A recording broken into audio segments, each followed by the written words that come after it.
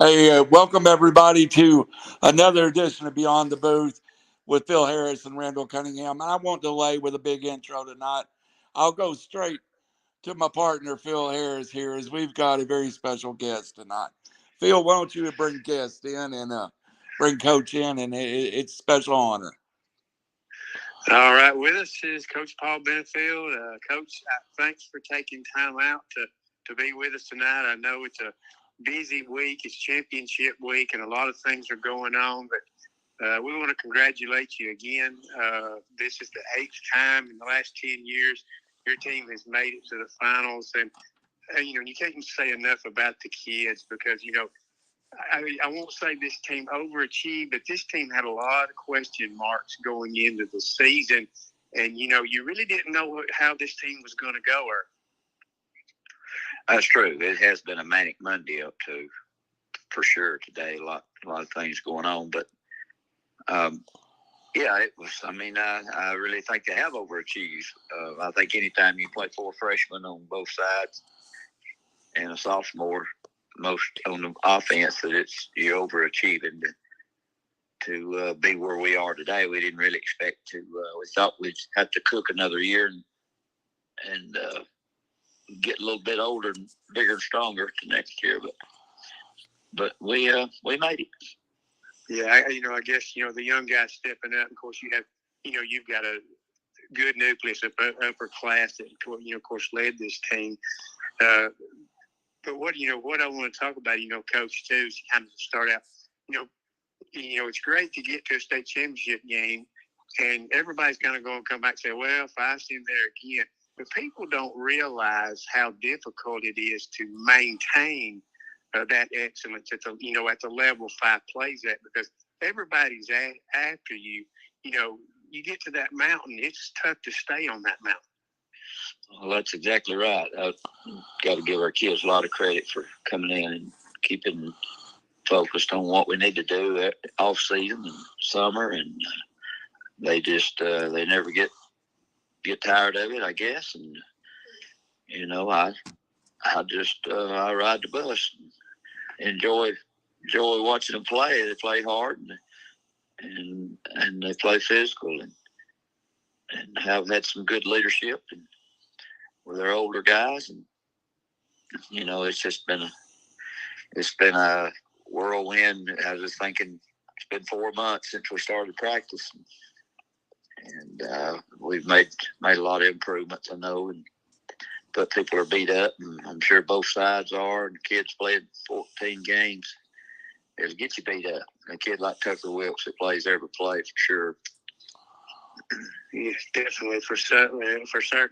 Well, Coach, just look back just a little bit. Your semifinal win over Pisgah, the second time you played them, and you talked about, it's been a rough ride because this team played a very difficult schedule. And you saw Pisgah twice, Sylvania, Geraldine, even Locust Fort had a good football team. So you hadn't seen anybody really that you would call you would sneeze at. But Friday night, you kind of went into this game really not knowing what you were going to get. You saw Pisgah with Mason Holcomb healthy in the middle part of the season, but he was out Friday night. And I guess you really didn't know for sure that was going to be until you saw him Friday not dressed.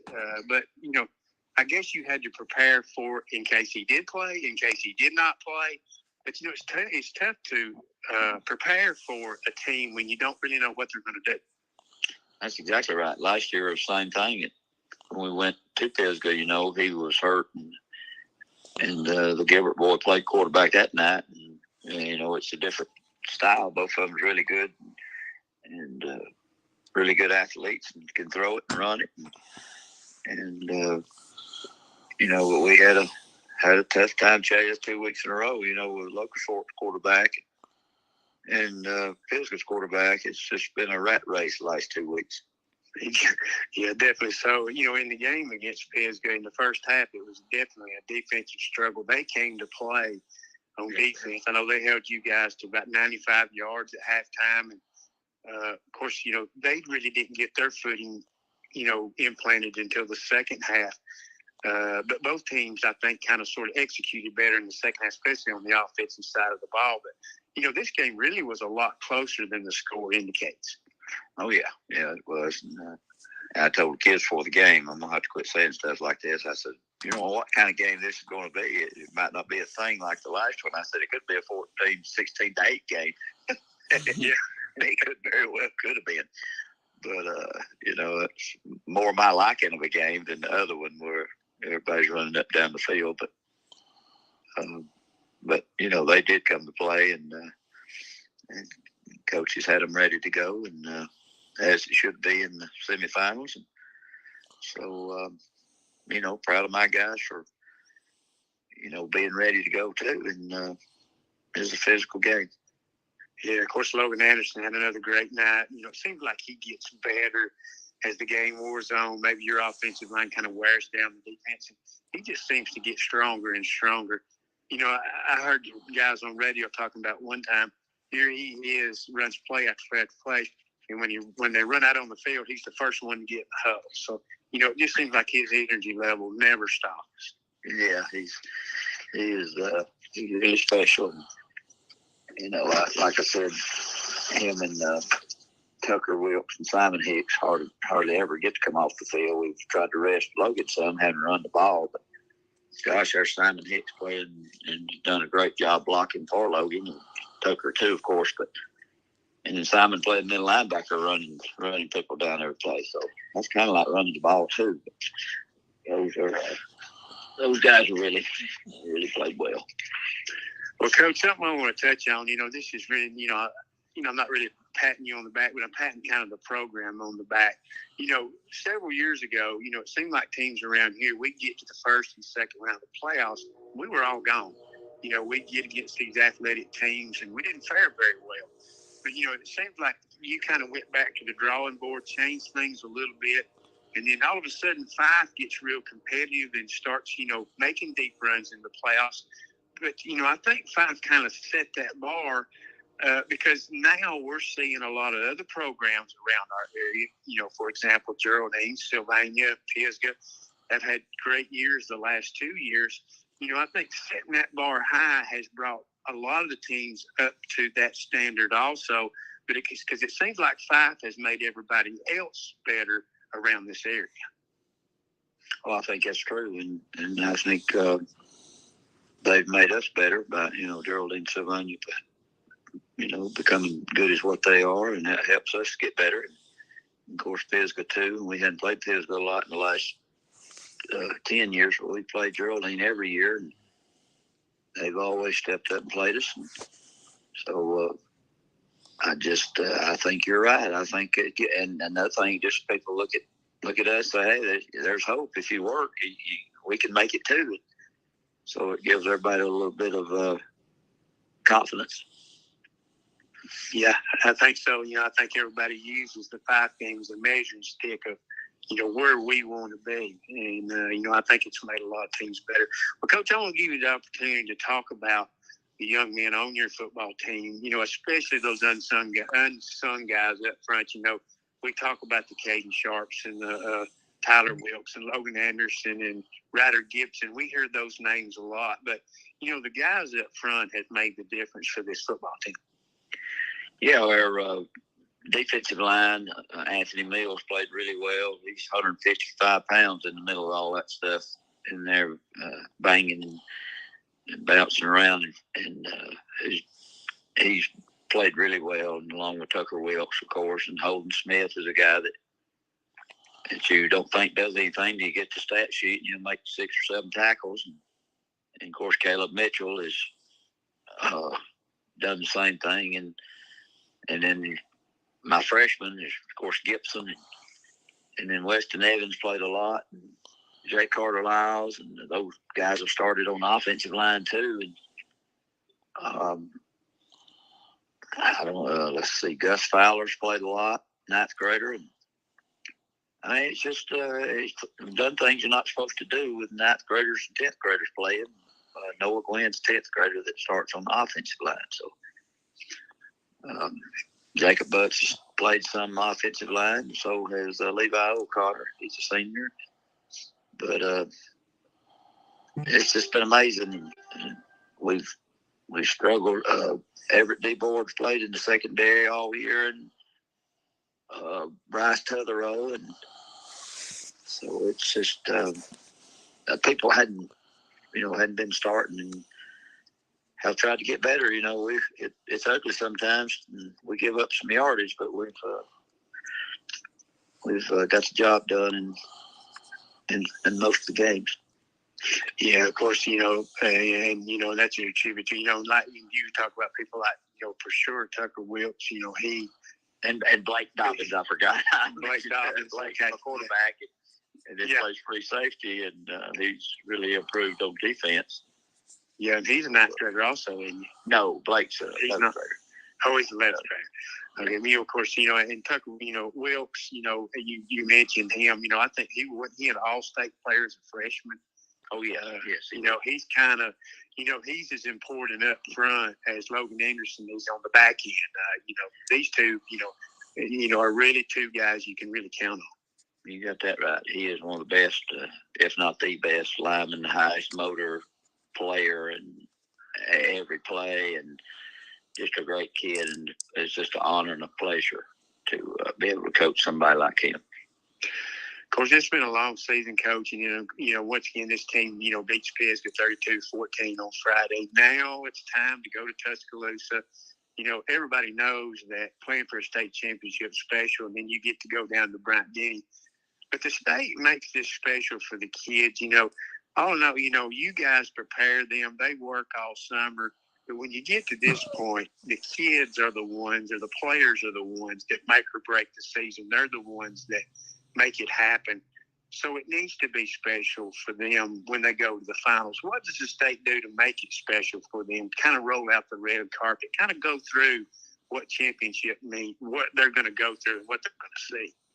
Well, no doubt that we want this week to be special, and it's just something that you take a kid like Ryder Gibson's already. If we make till Friday, he's played in 2 state championship games as a ninth grader. And a lot of us old guys live their whole life in this dream of making it to a state game. But they do make it special. We go down on Thursday and it's just a fun time, of planning all the meals and just, I guess, being away from home, seeing things they hadn't saw, and get to see the stadium Alabama plays in. And of course, that's special with it, without saying anything else. When you go to Auburn, all the people host the game is just try to make it the greatest experience kids can have. And it's just, it's hard to enjoy. I know someday I'll look back and wished I'd enjoyed it more, but it's hard to when you're trying to plan a game and you want to do your best to win the game too. But there's no losers that go to this game at all, and so just really proud of our kids and our community. I hope they understand that what's going on right now is unique and special, and it's just something that's never happened this long a time. And when you start thinking about Hazelwood and Hoover and people like that's made as many trips like this as we have. A lot of other teams that, I'm sure I forgot, but still, it's just awesome. It's awesome. Yeah. Probably one of the examples you probably think about is Sweetwater. They're one that seems to always be there. Yeah. Cortland, Sweetwater. All those. Yeah, it's amazing. But and I know there's a lot of distractions. And I know the coach's job is to kind of minimize that and keep the players focused on you've got a game to play. But this is what this is about. It's about high school football. It's important to win, and it's nice to win state championships. But the biggest thing is for the kids that play for you, you want them to leave with great memories, because the special relationships. That's what makes winning a state championship special. I remember when we won it. I can remember my last time walking off the field, it was kind of disheartening, hey, this is the last time I put this uniform on. And then you get to thinking, it goes off, well, that's really not what this is about. This is about the relationships, the memories, and about where you got down in the trenches with the guy next to you and made things happen. That's the special part of all this. That's right. And just relationships with the players and other coaches. It's just amazing the number of coaches that I'm really good friends with now, that just because of the meetings in Montgomery and we gripe about having to drive, but man, it's just so special to go and see so many people that you never would have met without football, and it really is something special. I really don't know if the kids realize it. They will someday. I think some of my guys that's getting close to their middle 30s and 40s are understanding, maybe how really special it has been in the last 20 years at Fyffe. Yeah, it definitely is. 22 years actually. Yeah, and most people, Fyffe has been kind of the measuring stick in the bell cow. And some people say, "Oh, I wish Fyffe would get back." I've heard that before. Yeah, but you have to respect what that program's done. And it's like when y'all won Team of the Week, I walked into the gym and see all those blue trophies sitting there. And the first thing that popped in my head is how many students, players, coaches were involved in those championships. It changes a lot of lives. Yes, it does. And we hope that it's made a difference in a good way, that there's something they got from it that still, still comes out in them somehow, some way, and to not give up and not to quit. And it's just something that you hope all of them, and you can't reach them all, I know, but try to, if you just go out and live a good life and not handle your problems in the right way, and not just crawl in a bottle or take a pill or something to make everything better. That don't make anything better. So. Yeah, you're exactly right. You want to walk away from playing football with the chest held high. And it's like when Coach Kirby called me when I went through my liver transplant, it was, "Phil, you're going to be fine." He goes, "What you learn from competitive sports is not get too high, not get too low. Just keep pushing forward and you'll be fine." And I think that's what sports teaches you. Yeah, that's right. It sure does. And it's just I love about it, it's an equalizer, and it don't matter how much money you got, what color you are, it don't matter anything. But when you get on that field, everybody's the same. Yeah, definitely so. And you were talking about, I want to bring this up because last time I talked to Coach William, I know you and him are real good friends, and we were talking about, some of your name come up when we were talking, and he was talking about that you and him had rode together several times down to Montgomery and gotten to be close friends. He goes, "But that guy haunts me." He said, "He beats me every time." I said, "It don't matter where I go. When we go to 3A, he haunts me. When we go back down to 2A, he haunts me." And he said he was just laughing at it. But he just has the utmost respect for you and thinks the world of it. Well, I do him too. We've hunted together and just have a good relationship. That don't matter to me who wins. I'm sure he'd like to beat me more than anybody in the world. And that's all right too. That's what he's supposed to think and work for. But at the end of the day, none of that matters. Oh, definitely so. It's all about these kids that play for you. Well, Coach, tell us a little bit about Reeltown. We knew about BB Comer. We saw them last year, and I had a guy tell me back during the regular season. He said, "Don't be surprised if Reeltown don't beat BB Comer in the playoffs." And that's who the championship team of the North may end up playing, and it turned out to be true. Tell us a little bit about Reeltown. Well, he's right. Whoever you're talking to, they're really good. Got Steve in backfield and receivers, and just big across the front, and a lot more older type 11th, 12th grade kids, and they got a couple of young ones playing. But it's what you would expect if you go play a state championship game. You're gonna get your nose skint, and so we know what kind of football they played in the past.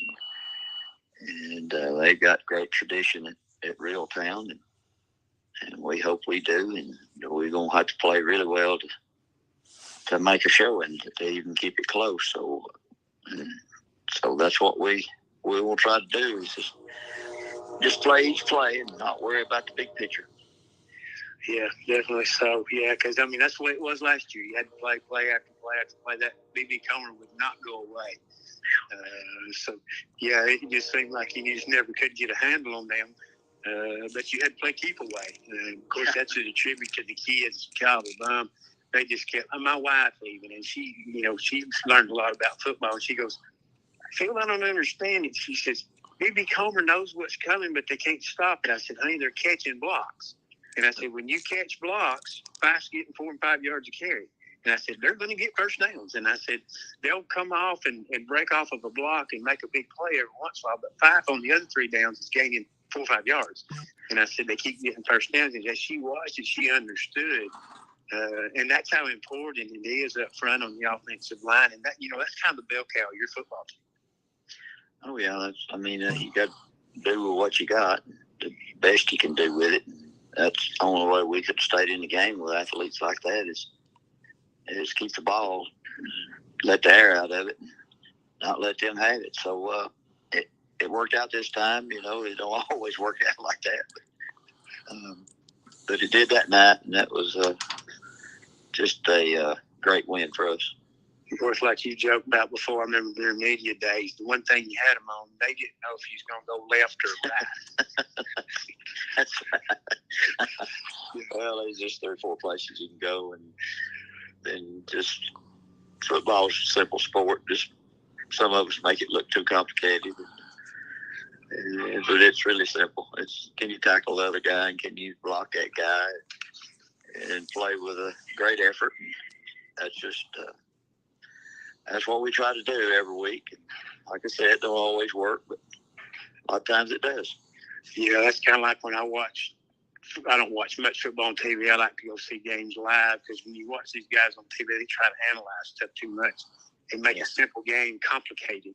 It's not that complicated, but they make it sound like it is. But that's right. But they, they've got to sell commercial time and all that good stuff. So that's how they do it. Well, Coach, to maintain the program you've had, there's a lot more than just your staff, your coach, your players. There's a lot of people involved, the community, the band, the cheerleaders. Everybody has a part in this. I know you appreciate every aspect of it. Even the dad that has to park cars and take up money and miss his kickoff. There's a lot of sacrifices involved in being successful in a football program. That's exactly right. And they have to sometimes, kids have to learn the way it's going to be, and whether it's being unselfish, doing what you can do for the team. And our parents are the same way. They sacrifice a lot of time, just like you said. Somebody's got to work a concession stand.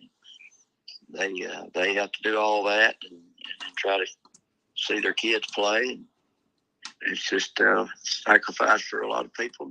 Like you said, the band, the cheerleaders, and the parents or administration, everybody is involved, teachers. That's one of my favorite times of the year to get to do this. I know a lot of people don't know this about the championship games, but you get to invite 4 of work personnel, teachers, bus drivers, custodians, whatever, within the school to go out with the coin toss and be honorary captains. And that's just been real special to people that you wouldn't even think how much they really enjoy that, being out on the field. And they lock arms with the kids, and a lot of them teachers that maybe taught them in elementary, and it's pretty special. Yeah, and I know it is, and and at the end of the day, you root for these kids, because I don't care, being in media as long as I've been, I root for the kids. I don't care what color they wear. I just like to be successful. And Jeff was talking about us this year about when we had our last scoreboard Friday night, that this is probably the best year we've had around here. And we probably had the most fun. I've been at it 16 years at QSB, and this was probably the most fun because we had so many teams. And, you know, and what makes high school football great is it's community oriented. And I think like maybe sometimes in big cities and also over in Georgia, a lot of teams are, you know, it's not about the community anymore. Where in Alabama, high school football is community driven. Yeah, that's right. And I know the big schools, you know, it's just hard. The schools are not as close, and kids, you know, don't really know each other sometimes. And there's so many different sports going so many different directions. It's just hard to keep everybody together and focused on the direction they need to go. But it's special to small schools for sure, and I'm sure it is everywhere. But I've been one bigger than Fyffe or Sylvania's, and so I don't know, but I can't see it being much more special than the smaller communities where everybody knows one another and help each other raise their kids. Yeah, I just hope that it continues to be this way. I'd hate for us to start, they've talked about in the past about combining schools. I'd hate to see that happen because I think, like I live in Valley Head, and the school is the central part of this town. The football program is the central part of this town. You take that away and combine schools, I think you take a lot away from the community. Yes, you do. It's just maybe we won't have to deal with that, but it wouldn't shock me if we did. Yeah, that's true. Well, Coach, I want to ask you this one thing. I know Randy may have a couple of questions for you. Now that, of course, you've retired basically from teaching, you now are just, mainly full-time coaching. Do you enjoy coaching a lot more now that you've kind of gotten away from the everyday work schedule? You seem to enjoy it more. I think I do. I'm half day. Of course, I still do the weight room. I wouldn't have a team that I wasn't in the weight room involved with there. And it just, of course, I don't live but 2 miles from the school, so yeah. 8 times I'll go up there in the morning this time of year, of course, watch film. It's been a little easier on me. I don't have to stay after school or after practice and watch film. I can watch it all morning and then have my classes in the afternoon, the weightlifting. And everybody does it different. Some of them does it in the morning and they're off, but I can run home, eat lunch if I wanted to, and go check my cows or whatever I wanted to do. But get some errands run. Sometimes I'm a grocery shopper on my off period. Yeah. Anyway, it's been different, but yeah, I think I've enjoyed it a little bit more, just not having to go to all the meetings and things. Well, I guess that goes back to where you're the boss at the football program, but at home you're not necessarily the boss. No, I'm not the boss at all. I'm just after all these years, she's finally taught me exactly how it is, and this is be good advice for lots of husbands. What's hers is hers, and what's mine is hers. Yeah. And when you get that straight, you got it made. Yeah. Yeah. Hey, I understand that. I'm in the same boat. I'm in the same boat. I understand this. I get away with high school scoreboard on Friday nights. My wife, she calls herself a widow on Friday nights. But, after that's over with, which I just finished last week, I'm hers again. And I have to play by the rules again. I don't get no off nights. That's right. So it's amazing the way it is. Well, Coach, one more thing. I meant to ask you about this earlier, but when it gets this late in the season, you're about as good as you're going to get. You've blocked, you've tackled, you've done all those things. Do you try to get the kids on and off the field as quick as you can? Because as quick as you can, and mainly working on timing and game planning for the other team, because, this late in the year, you want to keep these kids fresh, more or less mentally fresh, to where they are not just absorbed with football all the time. Oh, absolutely. We're on at 3:00 daylight today, and we're gone 4:15, and that's probably a lot faster than a lot of people. But we just feel like right now I need to get them off their feet and get them rested up, and if they don't know what to do by now, then probably not much purpose in staying out there to show them again. But might be some little new something you want to do. great team. But, you know, it's just on and off. And just like you said, you know, we still have them come in and watch film and work out in the afternoon on Sunday. But it's just trying to stay routine. They'd be mad at me if they didn't get to come work out on Sunday afternoons. Yeah. I think, you know, they kind of get used to that. I mean, it's hard work on them, but I think after a while, it's just kind of part of that routine, and they miss that if they don't have it, you know. Well, and the workout kind of revives you a little bit too, and gets that soreness out of you and makes you feel better. So, yeah, and of course, you know, they'd be mad at me if it jinxed us. We don't meet every Sunday, but most of the time during the season we do. Some weeks we don't, and we're going to be out of school during the week. But yeah, they're up in their routine now. They got to do everything the same way and keep the luck going. Yeah, that's definitely. You know, of course, a lot of these games are won in that weight room. That's where it starts. You know, in the especially in the off-season program, because I'm sure weight training's important, diet's important, sleep's important. There's a lot of things that go into a successful program, and you know, and everybody has to follow that. I mean, because you see at the college level, they have dietitians, so you know how important diet is. Oh yeah, it's a third of what everything you do. You rest, and 2/3 of it is up to them, and that's where the problem comes in. Sometimes you work out, that's up to me, but I can help a little bit in nutrition, but I can't help with getting them into bed at night, and parents have to do that. Of course, we know that's not always the case. These days, they get their phone and go in there and act like they're sleeping. Yeah, got to have that rest.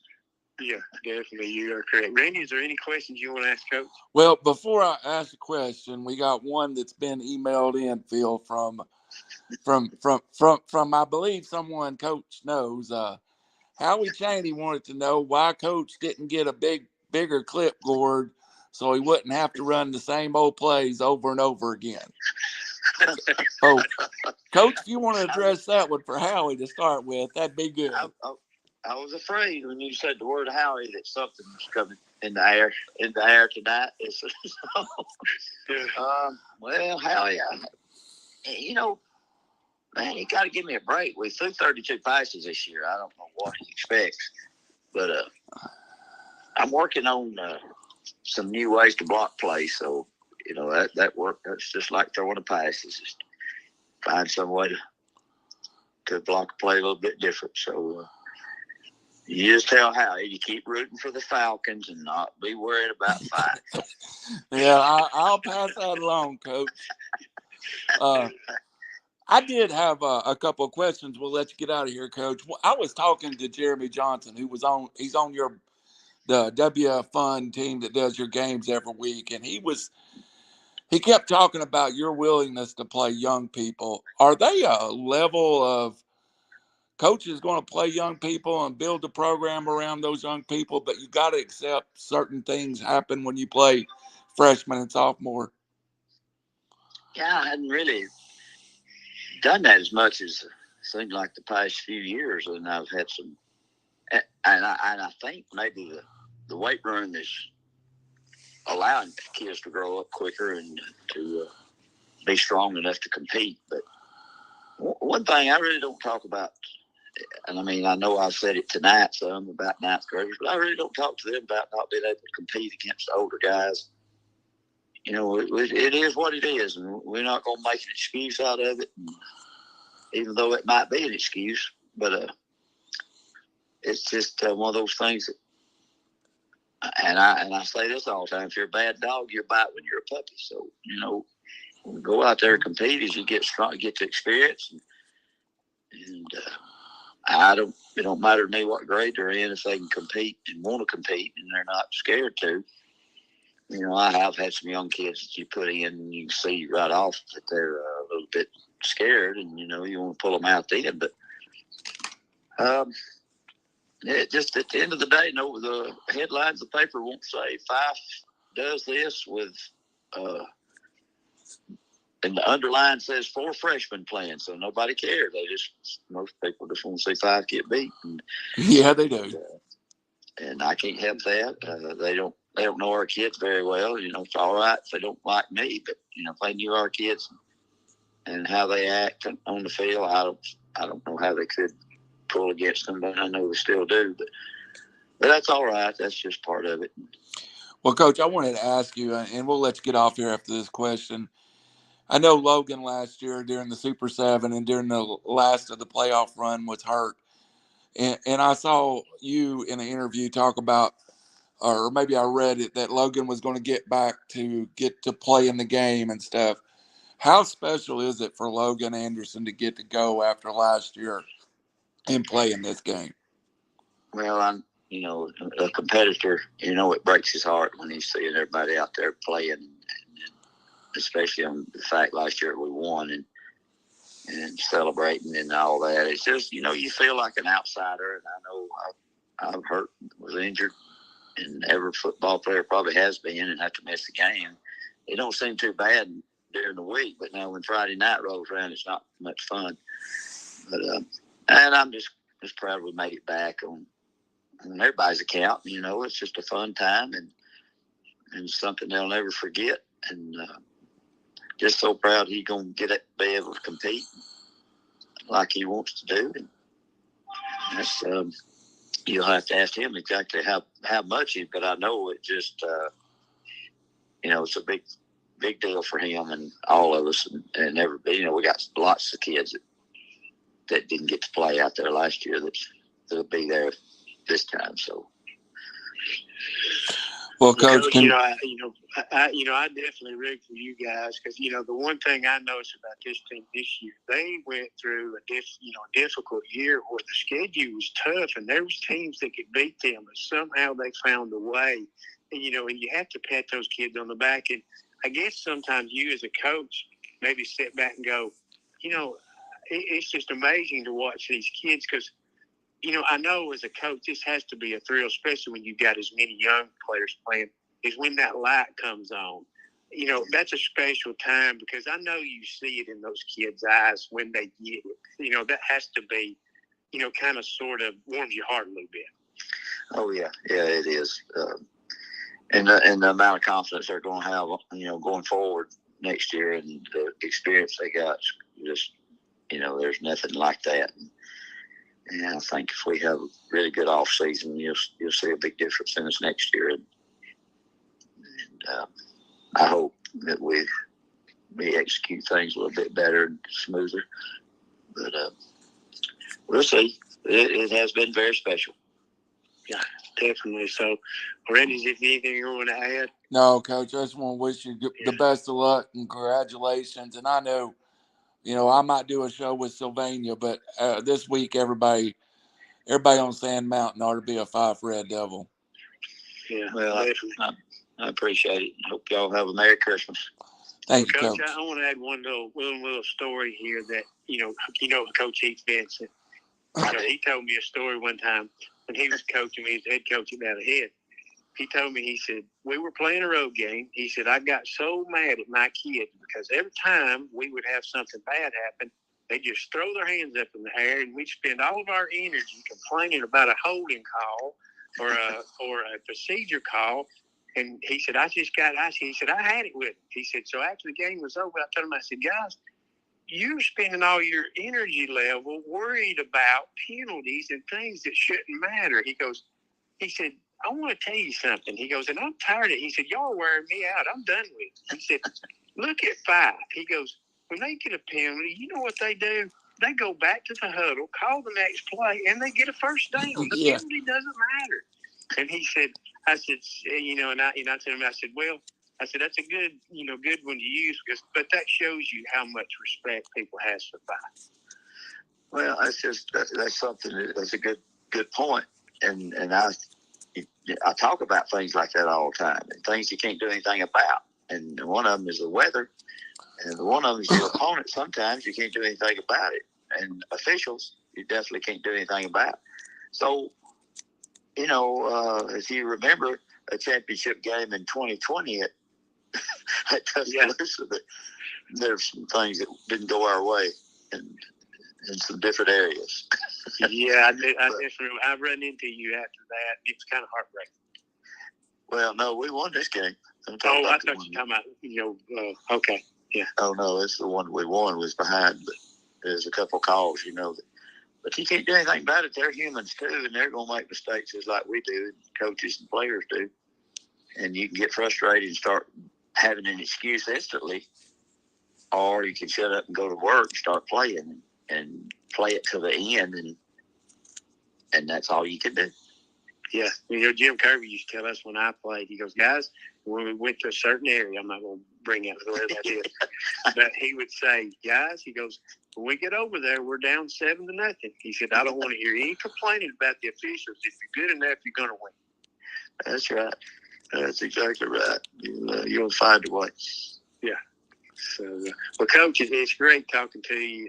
I know a lot of times we don't get to talk to you this late in the year because scoreboard gets over with. But, I hope you guys have a great time. Bring back home that trophy once again. I know the community is going to be there to support you.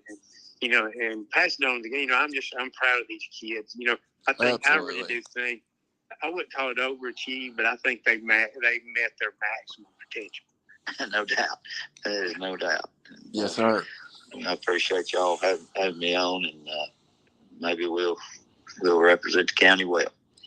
Yeah. Well, thank you, Coach. We sure do appreciate it. Coach, have a great Christmas. If you win, Coach, Howie might buy you a bigger clipboard for next year. Yeah, I need a bigger chalkboard to write them plays on. Yes, sir. Thank you, Coach. See y'all. See ya. Phil, there's few that has accomplished what Coach has, and you know what? I didn't mention it, but Coach Van, doing his weekly show, talks about how many times Coach Benefield will talk to him, and they're competitors, but he's also someone that a lot of coaches from the area go and they ask his opinion and want his ear just about their program. That says a whole lot. Yeah, well, I know at one time he went down and helped AHSAA. And, with the offense he runs, he helped AHSAA. And AHSAA nearly beat him in the playoffs because I nearly paid for, helping them out. He said, but, and I'm sure he likes to, spread it around. Yes, sir. He understands everybody else wants to win too. And, Fyffe they've just got a special program. Things going well for them. It's just amazing to me how they're able to maintain this year after year after year, because you see all the time teams will come up, they'll be good 2 or 3 years, and then they drop off. But it's amazing how Fyffe has been able to maintain what they've done.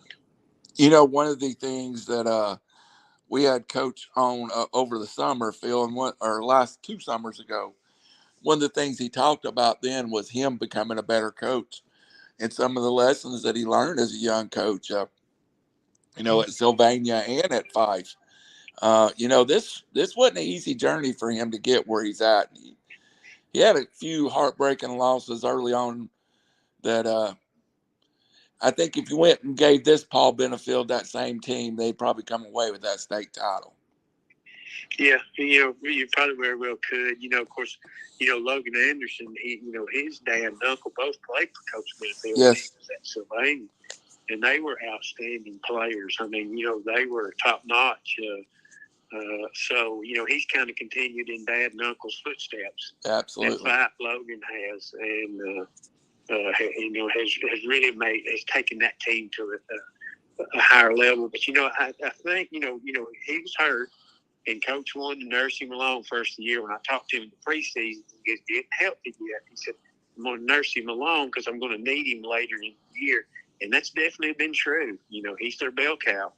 And it's nice to see him stay healthy and get to play in this championship game, because I know it was heartbreaking not to get to play last year.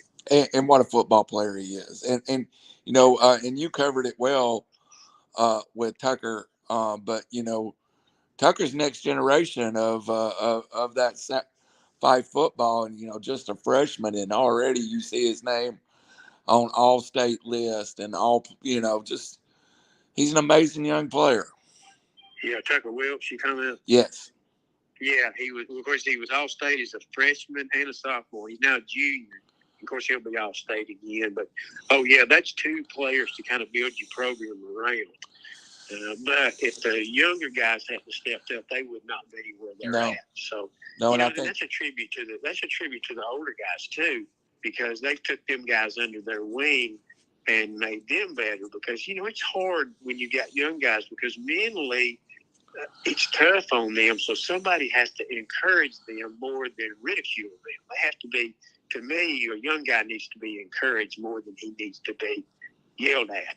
Now, when you get to be juniors and seniors, sometimes you need somebody to get in the grill. But a lot of times when you're younger, I think more of the positive, and that's where the players come in, is make it positive for the young guys. Absolutely. And now, Phil, of course, we've kind of talked about Alabama. Do you have that Super 7 list of all the teams that's playing this week?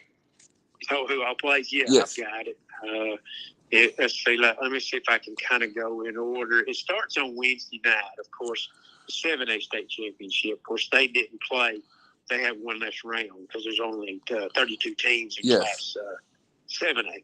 So Thompson at 7 o'clock on Wednesday will play Central of Phoenix City. Thompson's 11-1. Central Phoenix City is 12-0. And then on Thursday, there's 3 games. The first one is Class 3A, and that is Mason Academy, who beat Geraldine 48-43. They will take on Mobile Christian. Mobile Christian's 14-0, and they'll play at 11 o'clock Thursday. And then on Thursday afternoon at 3, I scan down here and find that. Thursday afternoon at 3 o'clock, it'll be the 1A final, which is Coosa Christian, which is one of our area teams here. Coach O'Brien and Conquerors beat Pickens County 21-12. Got a little revenge. Pickens County beat them last year on the last play. They'll get to take on the Leroy Bears. Leroy is 13-0. They beat Elba 27-24. Elba was ranked number 1, but Leroy put on the surprise and beat them 27-24. So Coosa Christian will play Leroy at 3 p.m. on Thursday. And then in the nightcap, it will be the 5A finals. And this will be Ramsey. Ramsey beat Gunnersville 35-14. They're now 12-2, and they will take on the number 1 team in Class 5A, which is Gulf Shores, who is now 14-0. This is their first title game, but they're 14-0. It's a relatively new school, but they're now 14-0. They beat Eufaula 45-0, so they'll play Thursday night at 7. Then we jump to Friday, which getting it started on Friday at 11 a.m. will be the 4A final, which is Cherokee County. What a year they've had. They beat Westminster 50-6, and they got out to an early start, got an early turnover, and beat Westminster big. They're now 13-1. They'll take on a very good team in Montgomery Catholic.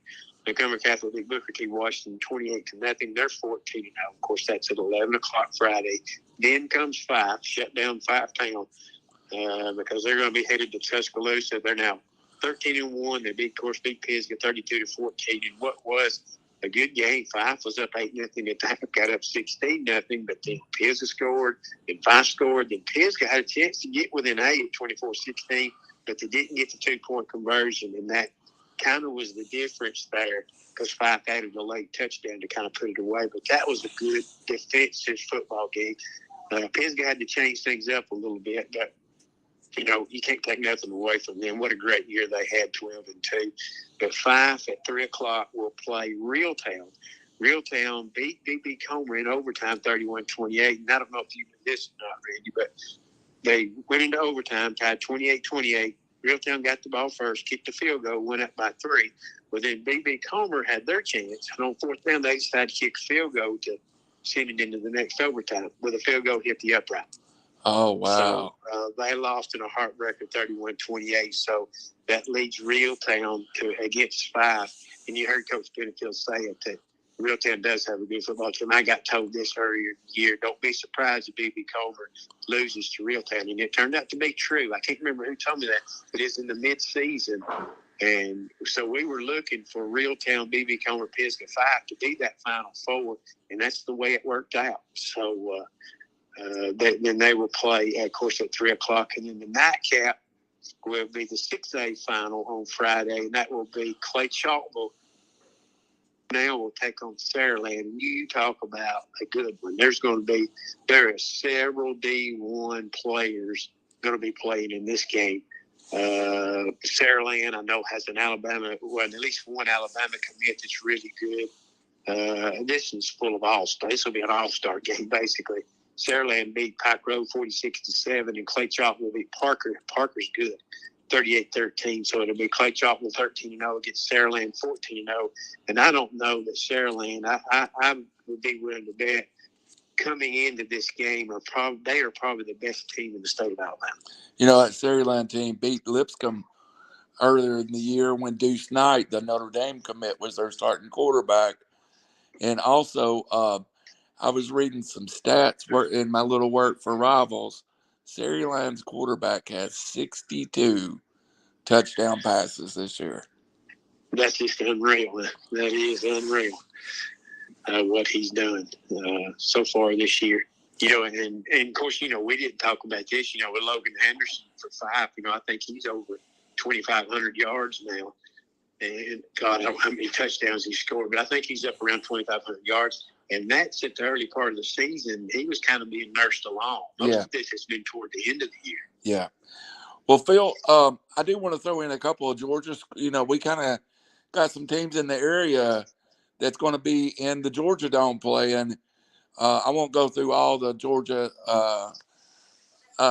games, but they play, if you're interested, in Monday, Tuesday, and Wednesday of next week, the 12th, 11th, 12th, and 13th. And the two teams of interest to me, us, is 1A Division II. Bowden will play Manchester on Monday night, December 11th at 7 o'clock in Mercedes-Benz Dome. What a special thing for those young men. And then I saw that popped up on the internet on me that Bowden was going to be playing. I think you may have posted that Bowden was going to be playing, and I didn't realize they had gotten this far. And also Rockmart, the Yellow Jackets, they play on Tuesday at 1 o'clock in the 2A finals against Pierce County. So and if you talked about that Saraland game, if you want to go see that version in Georgia, that's Wednesday night in the 4A finals, not to our region, but Atlanta area, Creekside, of course, the home of James Berry and Eric Berry and Elliott Berry. Coffee takes Creekside. Creekside, undoubtedly the best team in Georgia. So that's one you could go watch and have a lot of fun with if you're in that area. In the Georgia area. Yes, sir. Yeah, and it'd be nice to be able to go down and watch all those. I mean, I wish I had time to go down and watch all the games down in Tuscaloosa. It'd be a lot of fun, but it's just far to travel, and I have to work a lot of the days. It'd be nice to be able to go enjoy all that because, to watch these teams play. Because, in our neck of the woods, we've got Coosa Christian and Fyffe and Cherokee County, and then we just barely missed on either Sylvania or Geraldine down there. Mason Academy come back to beat Sylvania and Geraldine when you felt like both Sylvania and Geraldine both had it in their grasp, and it just kind of slipped away. Yes, sir. And it's heartbreaking. But it's just kind of the way football goes. We talked about this last year with Coach Van. That, he may have a better team this year, but the luck not go your way and you not get to the semifinals. And that's kind of what happened. I mean, as good or better team this year, but sometimes you have to have a little lady luck, and sometimes it don't fall your way. And both, I really felt like both had a Madison Academy kind of where they wanted them at different points in the game, Phil. I do want to jump up Tennessee for a minute, and Tennessee's over, Phil. And unfortunately, I had the flu, and I didn't get to go as many games or see as many. But I was able to watch most of them. What a weekend in Chattanooga of high school football. It was unreal good, Phil. Well, I know you had sent me that Baylor McCauley had pre-sold 16,000 tickets. Did they ever say how many was actually? They estimated second largest crowd in Findlay history to the national championship game. Was several of the championship games were sellouts, but the biggest crowd other than the national championship game 17,500 was total gate, and that doesn't include media. And what a game they saw as McCallie ekes out over Baylor on Thursday night, 34-28. No doubt McCallie's the best team in the state of Tennessee. No doubt Baylor's the second best team in the state of Tennessee. So you're probably counting, if you count everybody was there, you're probably pushing toward 18,000. Absolutely. Time you count players and coaches and everybody involved, there's probably about 18,000 close to it witnessing the game. And it turned out to be like it should have been, a great classic. You know, I know in the first half it was a shootout. In the second half, not so much. Yeah, it was a great game. So, yeah. So I would love to have been able to watch myself, but you know me, I've been used to being in the studio, and if teams aren't playing in a dome, I don't do so well this time of year. Well, Phil, on Thursday night, too, of course, that was a nightcap. Earlier Thursday, locally, Boyd Buchanan loses to CPA. CPA 3 straight championships in a row.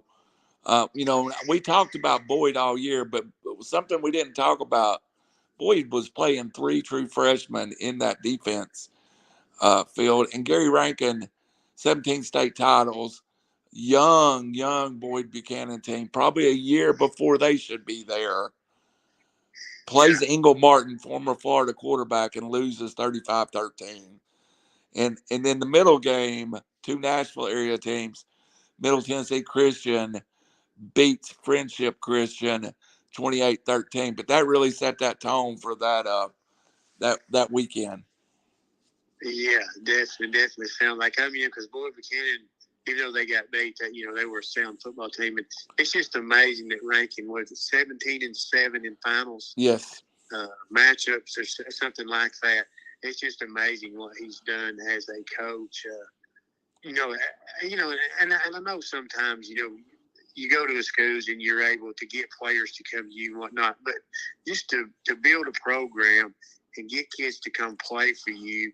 And you don't keep coaching unless, just like with Coach Benefield, if the kids keep coming out and playing and want to play for him and are successful, he's going to keep coaching. That's like Mike Robertson down at the South Side. He's the same way. He goes, as long as the kids will come out and play for me, I'm going to keep coaching. And so I think that's what happens in programs like this. And it has to be, a spillover of, the coaches are tough. I'm sure Coach Rankin's tough. Coach Benefield's tough. But these kids feast, they feast off of that. I mean, it gets to be routine, and they understand what he expects. And a lot of times, they don't have to do a lot of coaching. They just call the plays. The kids do all the work because they already know what's expected of them. You're exactly right. And strangely, on Friday, Alcoa, without Coach Rankin, wins their 17th up-team million title, handling East Nashville for the 3rd time in a row. Alcoa with title 163 over East Nashville 42-20.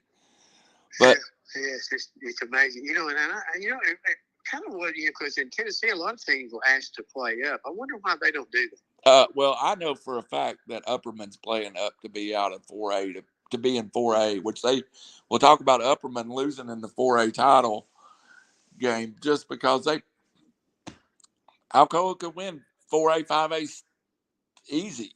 I have no doubt Alcoa wins 4A 5A.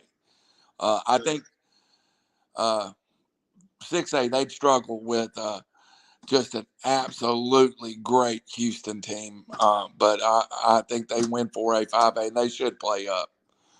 I would say so too. And in Houston beat a team you don't sneeze at, and that's Oakland. Yeah, who beat Bradley Central. They're good year after year.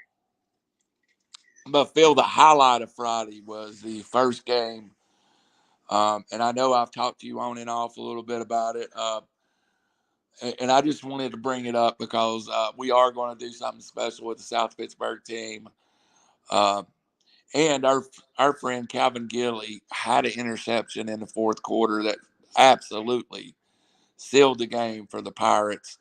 The Pirates win their 7th state title, 14-7 over a very good, very stout McKenzie team. But seeing the game, you almost, I feel the same way when I watch Fyffe. You know how you see Fyffe just kind of beat a team into submission?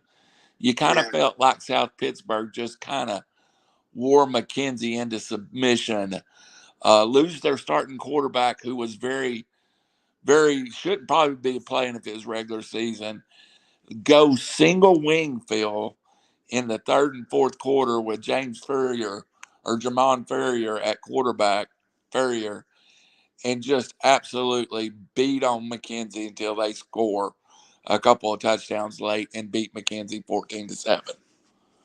Yeah, it's amazing. You have to change things up at midstream, and you get out of character. But when you get like that, Randy, I think that's the best thing to do is line up and run right at somebody, because they're not ready for you to do that, number one. And number two, that helps your kids' intensity level, because they kind of sort of look around each other. Okay, what are we going to do?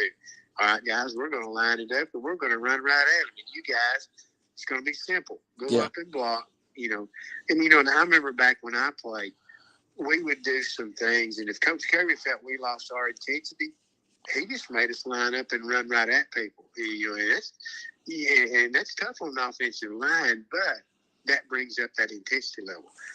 You forget about, because if you're running right at somebody, you better be intense, because it's going to be a long night and you got to gut it out. Yeah, and we just want to, I think you're 100% right. And I just want to shout out Coach Gilly, Coach Stone, the whole staff over at South Pittsburgh. Phil, they were on a mission this year and got it done. I think it's a challenge when you're like Coach Benefield was this year, and probably came a year early, and he had challenges. But there's also some stress to being wire to wire number one in the state, and I think everybody would have said South Pittsburgh was wire to wire number one in the state. Yeah. Those expectations are up there. And of course, when you have people go down, you can't help, and this is what Coach Pruitt said at Pisgah when they lost Holcomb. Hey, you can't reset everything. You just have to play with the cards you're dealt. And you just have to make it happen. And that's what happened with South Pittsburgh. You just have to kind of sit back and change things up a little bit and change your course. And sometimes you have to do that, because it's not ever going to be easy, not winning a state championship. No. And we had kind of tentatively talked about Thursday. I think we'll have to move that into next week, as the town's doing a lot for the football team this week. So I'll get with you on schedule that up. But want to make sure to try to get Cam Wellington and a couple of players on here and just talk about this journey they went on. Yeah, because it's special, and it's special winning. But, like I say, when you sit back from it, winning that trophy is nice.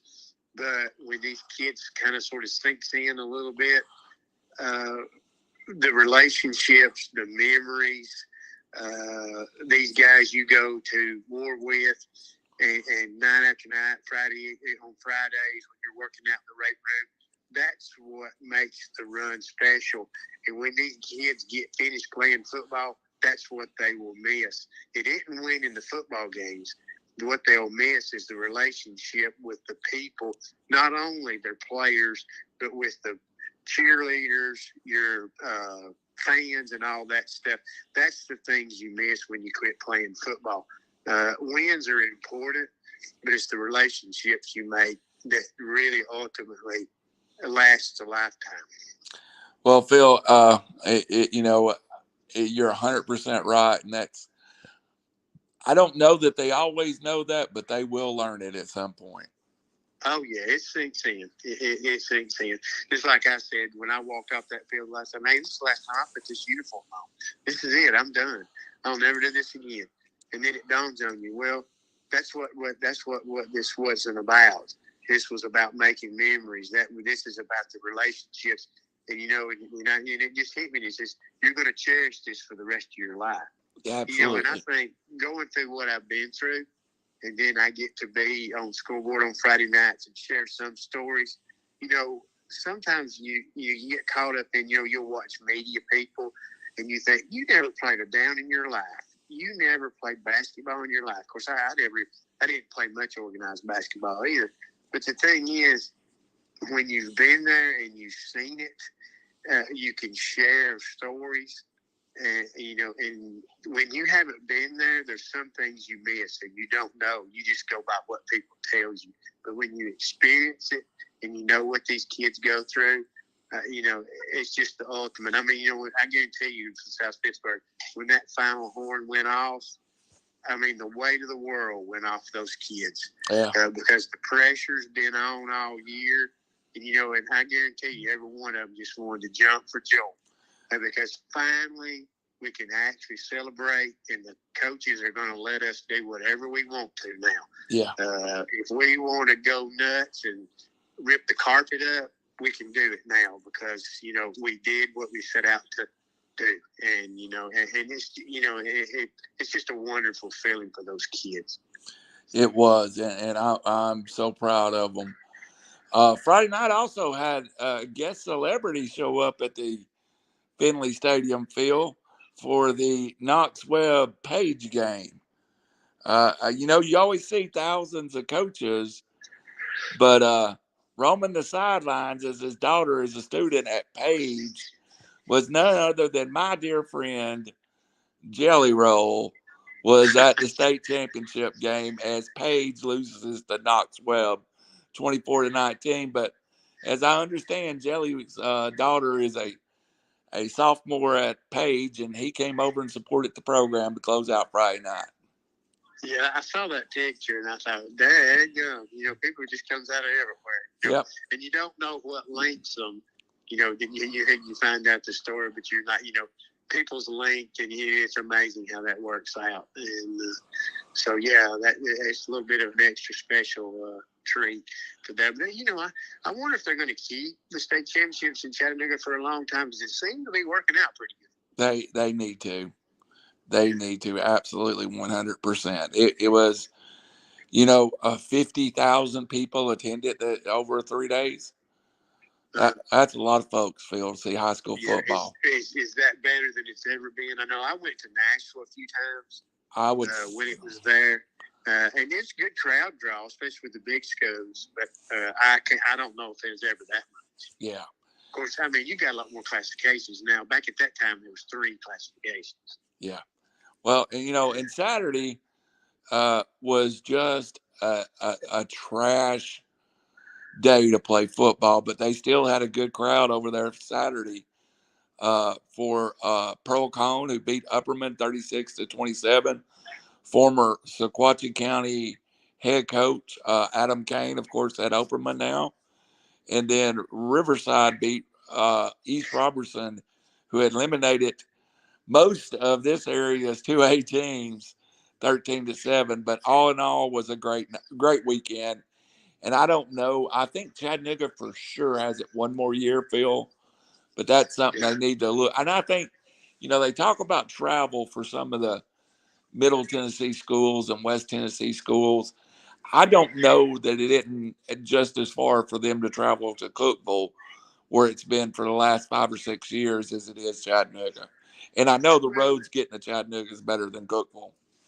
Well, I think, especially when you got kids coming from the Memphis area that's probably never been to Chattanooga, that's a great experience for them to get to come to a city that has a lot of tourism. Yeah. Because I'm sure while they're here, they get to do a few things, and their families while they're here probably spend 2 or 3 days, and they go do some things around town. And Chattanooga is such a great tourist area for Tennessee. There's a lot to do. Yeah, it's a city and not a lot of country around, but there's a lot of things to see, a lot of things to do, a lot of good places to eat. It's just a great town for high school football. And Finley showed well.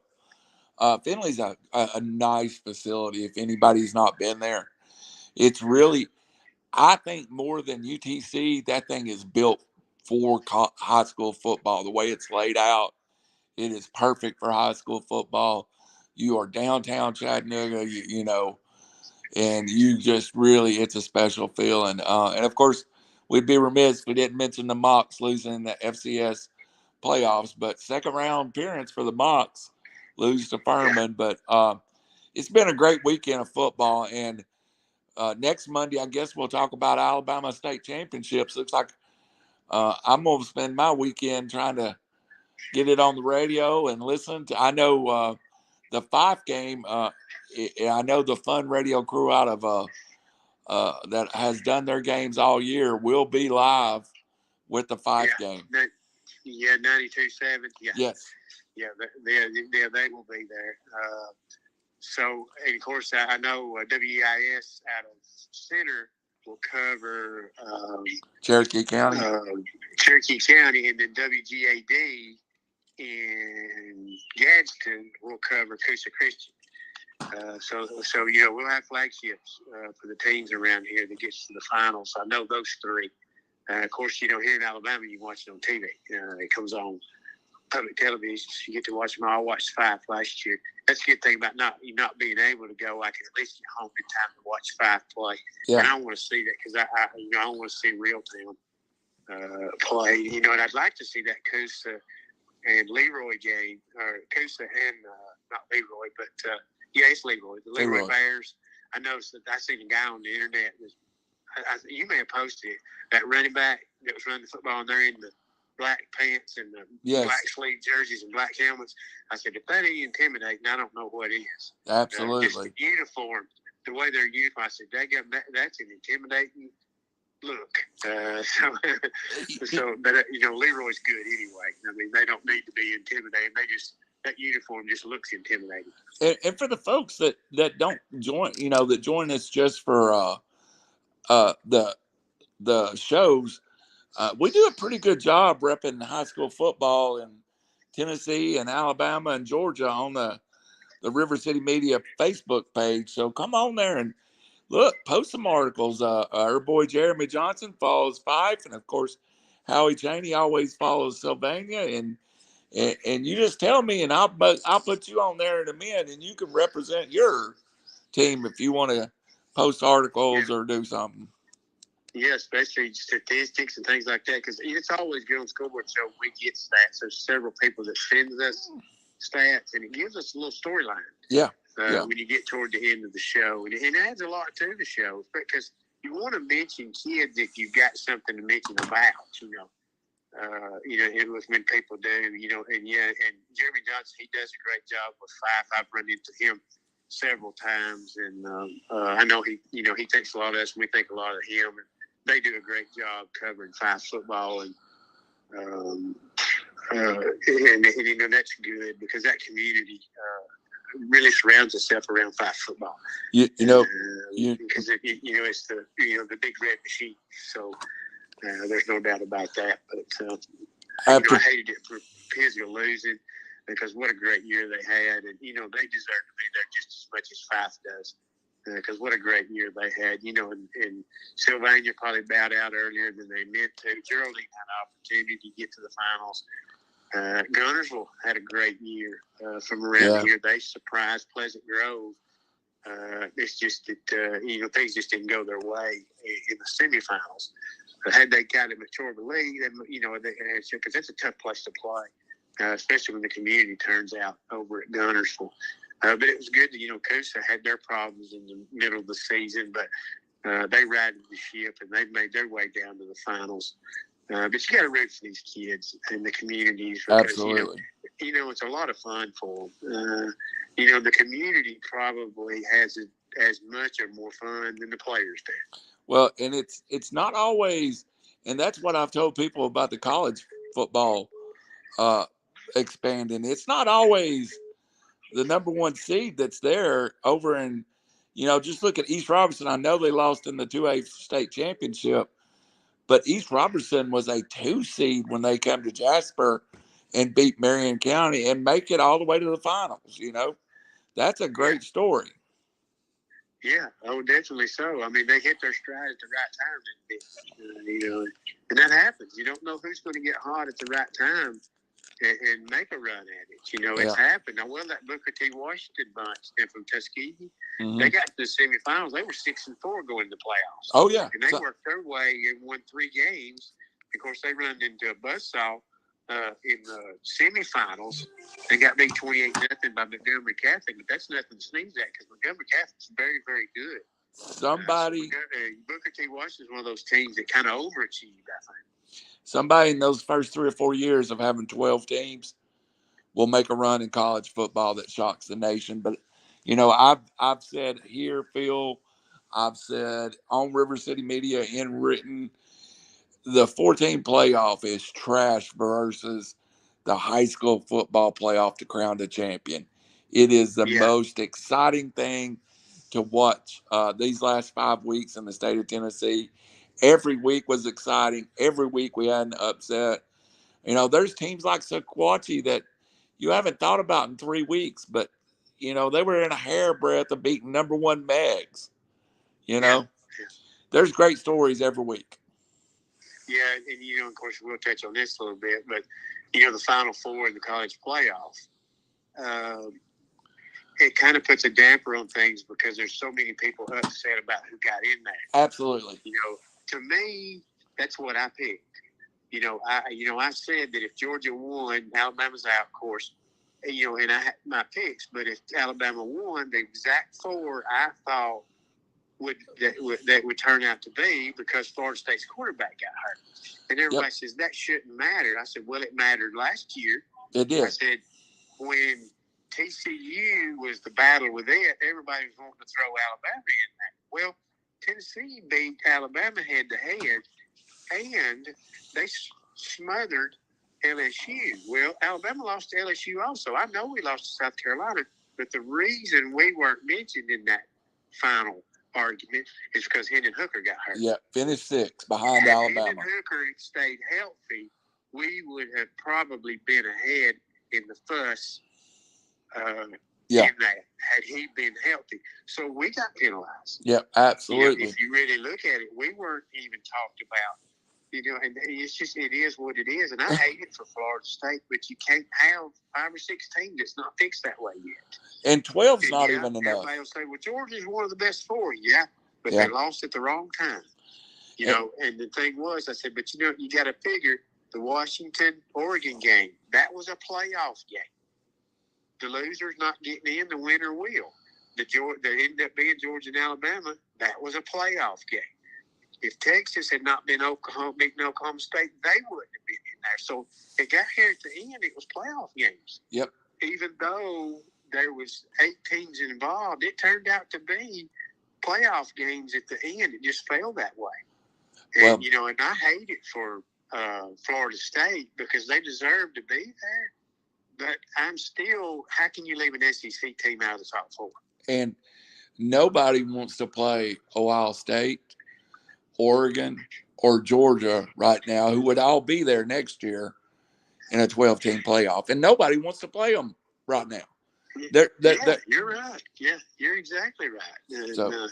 So it just happened out this way. But now next year, of course, you're going to still have the fuss over the 12 through 16 that thinks they should have gotten in and all that stuff. You're going to have that, but at least your best elite teams will be. Absolutely. I think we can. I think if the fuss was, does Oklahoma or LSU get in at number 12, it would be a lot less than if a 13-0 SEC or ACC champion got left out. And because if you had number 12, say it was LSU or Oklahoma, you would expect them to run the table anyway. They might win one playoff game, but it's going to be tough because they don't get a bye in the first round. So if you got left out, it's not as damaging as it is this year. And, and that really, it puts a damper on college football because people's angry. Yeah. They really are angry. And I can understand everybody's point. But when it comes down to me is you can't leave an SEC team out. And how can you put Georgia in against Alabama? No, you can't. Okay, you can't. You have to put Texas in. Texas beat Alabama, who beat Georgia. So you got to put Texas in. And Washington Texas is undefeated. They were an underdog against Oregon, and they're unbeaten. Yeah, they're in it. Somehow they found a way. And of course, Michigan's done what they're supposed to do. Because you can ditch their schedule if you want to get in a real argument about it. But the thing is, what made the Pac-10 ahead of everybody is everybody was, this is going to be the best year for the Pac-10. And everybody was banking on USC. So when USC failed, the media had to jump on somebody's bandwagon. So it made it look like the Pac-10 had better teams than, say, the SEC and ACC had because of the media. And it's a stereotype where usually the SEC and ACC is way above the above the Pac-12. Yep. But just so happened this year they were getting the media early, and Alabama lost to Texas early, and they had a mountain to climb. Absolutely, and they did. They had to be perfect, and was behind Tennessee at half, and needed a 4th and 31 to beat Auburn, and they did every bit of it. So, well, Phil, and you're going to say sometimes it's better to be lucky than good. Absolutely, sometimes it is. Phil, it's been a great week of football, and I think we'll have another great week of football coming up with all the games in Alabama, and I'm sure Monday we'll have a ton to talk about.